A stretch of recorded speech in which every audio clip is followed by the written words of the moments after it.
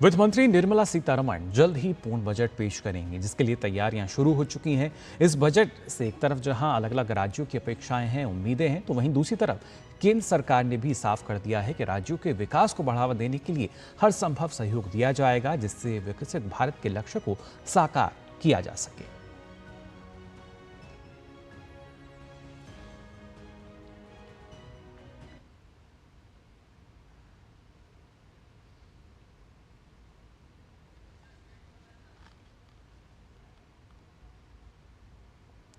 तो लगातार आपको हम बताने, देखिए किस तरीके से बजट की अगर खास तौर से बात की जाए, जो पूर्ण बजट होगा, कैसे उसके जरिए विकास को बढ़ावा दिया जाएगा।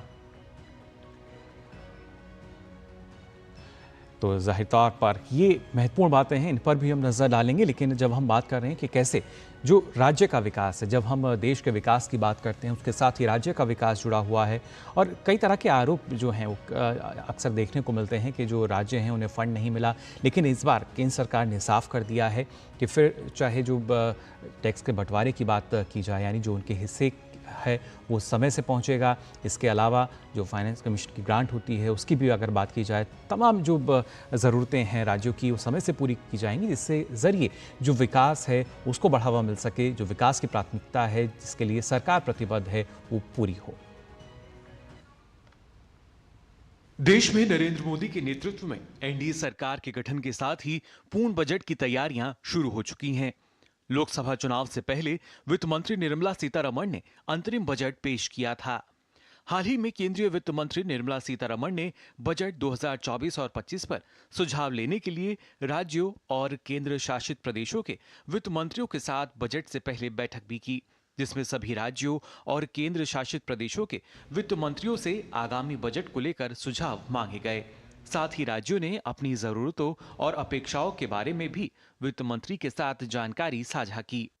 विकसित भारत को सार्थक बनाने के लिए राज्यों का विकास जरूरी है और केंद्र सरकार राज्यों के विकास को बढ़ावा देने के लिए हर तरह से सहयोग करने को तैयार है, जिसके लिए समय पर टैक्स का बंटवारा, फाइनेंस कमीशन की ग्रांट और समय पर जीएसटी एरियर के भुगतान जैसे विषय शामिल हैं। साथ ही पूंजी निवेश के लिए राज्यों को विशेष सहायता योजना के माध्यम से हर राज्य के विकास को गति प्रदान की जाएगी। केंद्र सरकार की इस महत्वपूर्ण योजना की ज्यादातर मंत्रियों ने सराहना की है और इसके लिए कुछ सुझाव भी दिए। इसके अलावा अलग अलग राज्यों ने अपनी मांगे भी रखी हैं। तमाम राज्यों को उम्मीदें हैं कि बजट में उनकी मांगे पूरी होंगी और विकास के लिए प्रतिबद्ध केंद्र सरकार लोगों के जीवन में सुधार करते हुए विकसित भारत के लक्ष्य की तरफ तेज रफ्तार से आगे बढ़ेगी। Bureau report, DD news. तो लगातार जो उम्मीदें हैं, क्योंकि बजट ना सिर्फ आम जनता की उम्मीदें, बल्कि जो हमारे देश के अलग अलग राज्य हैं, उन राज्य सरकारों की भी उम्मीदें हैं। और उनके लिए सरकार ने उनको आश्वस्त कर दिया है कि जो हर संभव सहयोग है वो केंद्र सरकार की तरफ से दिया जाएगा। फिलहाल किस तरह की उम्मीदें हैं और इन उम्मीदों के पूरा होने के बाद किस तरह का बदलाव जो है वो नजर आ सकेगा, इस पर चर्चा के लिए दो खास मेहमान हमारे साथ जुड़े हैं। हमारे साथ डॉक्टर अनिल कुमार हैं, जो कि प्रोफेसर हैं डिपार्टमेंट ऑफ कॉमर्स के दिल्ली स्कूल ऑफ इकोनॉमिक्स से, और साथ ही शुभमोय भट्टाचार्य जी हैं, वरिष्ठ आर्थिक पत्रकार। आप दोनों का बहुत बहुत स्वागत। सबसे पहले अनिल जी, आपके पास मैं आना चाहूँगा। राज्यों के विकास के साथ साथ, क्योंकि प्रधानमंत्री इस बात को अक्सर दोहराते हमने देखे हैं कि जो राज्य हैं, जब तक उनका विकास नहीं होगा, देश का विकास संभव नहीं है। और बजट से पहले जिस बैठक में अब राज्य जो हैं अपनी अपनी मांगे भी बताते हैं, जो उनकी अपेक्षा हैं उनको भी रखते हैं, उनको उन्होंने वित्त मंत्री के साथ भी साझा किया और केंद्र सरकार की तरफ से भी साफ कर दिया गया है कि जो हर संभव सहयोग है वो किया जाएगा। कितना फायदा इसके जरिए राज्य के विकास को मिलेगा? देखिए मुकुल जी, भारत सरकार का हमेशा से ये सोच रही है सबका विकास और सबका साथ। जी। उसमें राज्य सरकारों को साथ लेकर ही संभव है। लक्ष्य हमारे सामने है 2047 में विकसित भारत के लिए न केवल हमें जीडीपी में जो हमारी विकास दर आज भी रिकॉर्ड है, अगर मैं सबसे बड़ी अर्थव्यवस्थाओं की बात करूं, उसके साथ साथ हमें पर कैपिटा इनकम को बढ़ाने में भी जोर देना पड़ेगा। और सरकार की जितनी भी वेलफेयर स्कीम्स हैं, जब तक स्टेट गवर्नमेंट का पूरा सहयोग ना हो, वो धरातल पर इंप्लीमेंट नहीं हो सकती है। आज हम देखते हैं कि स्टेट गवर्नमेंट्स में भी कुछ सरकारों में फिस्कल डिसिप्लिन की कमी है। इसलिए मेरे को लगता है कि आने वाले बजट में भी राज्य सरकारों को प्रोत्साहित किया जाएगा कि आप पूंजीगत व्यय कीजिए, आप कैपिटल एक्सपेंडिचर कीजिए, जिससे कि राज्य सरकार के लोगों को भी फायदा होगा और उनकी राज्य की विकास दर भी बढ़ेगी, क्योंकि जब भी हम पूंजीगत व्यय करते हैं उसका एक मल्टीप्लायर इफेक्ट होता है, तो वो इफेक्ट सभी राज्य में होना चाहिए। तो उसके लिए राज्यों को, मेरे को लगता है इस वाले बजट में और जिस हिसाब से आजकल वार्तालाप हो रही है राज्य सरकारों से, पूंजीगत व्यय के लिए राज्य सरकारों को प्रोत्साहित किया जाएगा। जी, बिल्कुल। और ख़ास तौर से शुमा जी, आपसे भी मैं जानना चाहूँगा, क्योंकि अक्सर जो राज्य सरकार हैं उनका तो ये भी आरोप लगता है कि हमें जो ग्रांट है वो समय पर नहीं मिली, जितना विकास के लिए हमें खर्च की आवश्यकता था वो नहीं मिला। लेकिन सरकार यहाँ सीधे तौर पे ना सिर्फ साफ करके चल रही है बल्कि सुनिश्चित भी कर रही है, क्योंकि राज्य जो हैं वो देश से अलग नहीं हैं। नहीं है कि जैसे कि राज्यों से एक केंद्र सरकार के साथ कोई ऑपोजिशन वगैरह बनता रहता है। जी। सारे राज्य और केंद्र सरकार दोनों मिलके ही अपना कामकाज चलाते हैं। निश्चित ही यह है कि राज्य सरकार एक सॉवरेन एंटिटी है और केंद्र सरकार के साथ टैक्स के मामले में जब वो आलोचना करते हैं तो निश्चित ही वो अपना ज़्यादा डिमांड करने की कोशिश करेंगे। उसमें कोई गलती नहीं है, उसमें कोई अचरज की बात भी नहीं है, क्योंकि ये एक नेचुरल डिस्कशन प्रोसेस चलता रहता है। बेसिकली केंद्र सरकार और राज्य सरकार, और खासकर आप देखेंगे उन राज्य जो काफी आगे चल रहे हैं, उनका एक बेसिक ये रहता है कि कैपिटल एक्सपेंडिचर के लिए जितना स्पेस बनाया जाए वो बेहतर है, और वही स्पेस के लिए केंद्र सरकार भी जोर देते रहते हैं कि आप आपके फिस्कल जो स्लिपेजेस हैं उस पर ध्यान रखिएगा कि ताकि आपको ज्यादा जगह मिले, आपको ज्यादा स्पेस मिले कैपिटल एक्सपेंडिचर करने के लिए। क्योंकि पूंजीगत निवेश के लिए कैपिटल एक्सपेंडिचर में खर्च होता है, उसका रिटर्न आने में समय लगता है जी। लेकिन यही रास्ता है आगे चलने के लिए। तो राज्य सरकार जितने सारे आप देखेंगे आगे चल रहे हैं और जिन पर कामकाज अच्छी तरीके से चल रहे हैं, वो वही राज्य हैं जो इस बात को काफी मान के चलते जी। और आप देखेंगे बहुत सारा जिसे कहते हैं हम स्टेट्स जिनके मानदंड बहुत अच्छे हुए हैं, जिनके परफॉर्मेंसेस बहुत अच्छे होते हैं, आरबीआई उनके सराहना करते हैं, उनके लिए एक्स्ट्रा, उनके लिए उनकी बातों को और भी ज्यादा गौर फरमाते हैं। वेरएज कुछ राज्य हैं जिनको बहुत सारे वजह से जिनके परफॉर्मेंस ठीक नहीं थे, तो वो अभी कोशिश कर रहे हैं कि भाई वो भी उसी रास्ते पे चले ताकि डेवलपमेंट के जो क्रिया है उस पर तेजी।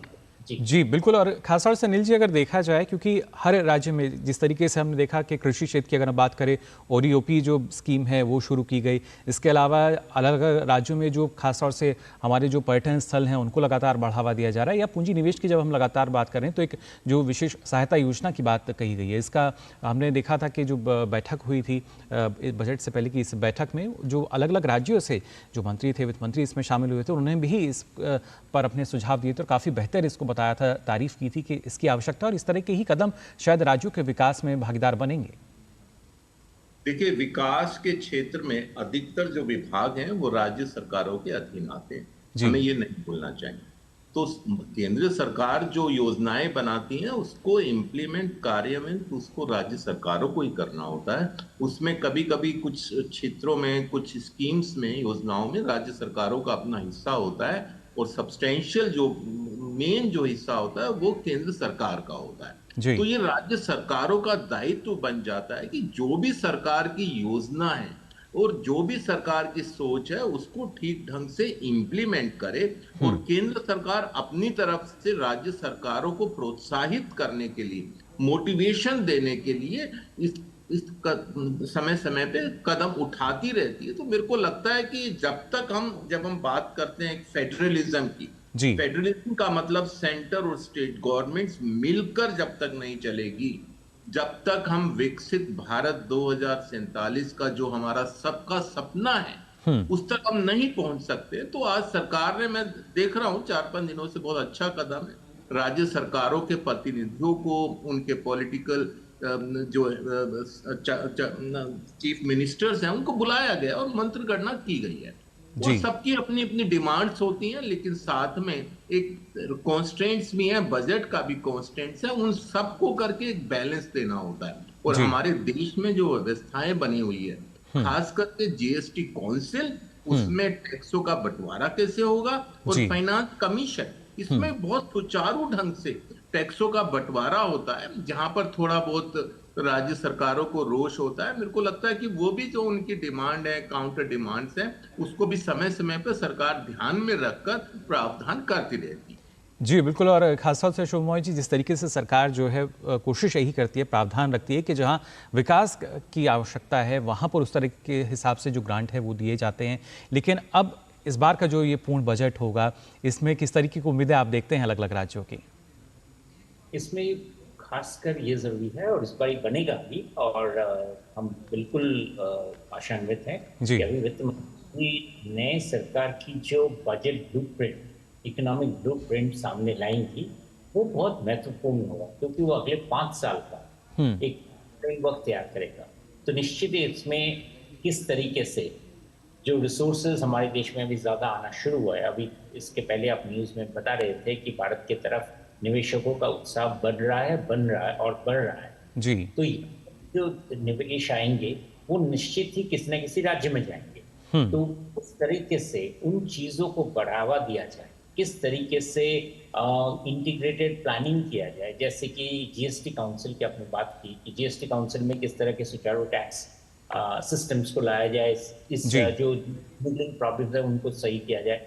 साथ में कृषि क्षेत्र में एक बहुत बड़ा डेवलपमेंट का जरूरत है, होना भी चाहिए और होगा भी, और खासकर क्लाइमेट चेंज को देखते हुए कृषि बिल्कुल तमाम ये पहलू हैं जिस पर उम्मीद की जा रही है कि इस बार जो बजट में कहीं ना कहीं इनके लिए जो प्रावधान है वो निकल कर आएंगे और प्राथमिकता जो है वो विकास की सीधे तौर पर देखी जा सकेगी। फिलहाल आप दोनों का बहुत बहुत शुक्रिया हमारे साथ जुड़ने के लिए।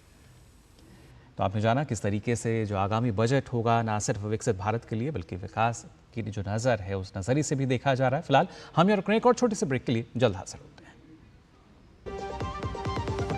MDH का किचन किंग किचन में हो तो हम सब कुछ बना सकते हैं। बैंगन का भरता, आलू गोभी, भिंडी मसाला और भी बहुत कुछ। MDH। बात जब पीढ़ियों के लिए बनने वाले घर की हो तो जिम्मेदारी बड़ी हो जाती है। गैलेंट समझता है ये जिम्मेदारी। अब डबल M रिब्स के साथ गैलेंट एडवांस TMT रीबार, निर्माण का रियल हीरो। तो जानिए आपने कारोबार जगत से जुड़ी तमाम ये खबरें। फिलहाल अभी के लिए इकोनॉमी टुडे में बस इतना ही, लेकिन चलते चलते आप देखिए कारोबार जगत से जुड़ी कुछ और खबरें। मुझे दीजिए अनुमति। नमस्कार।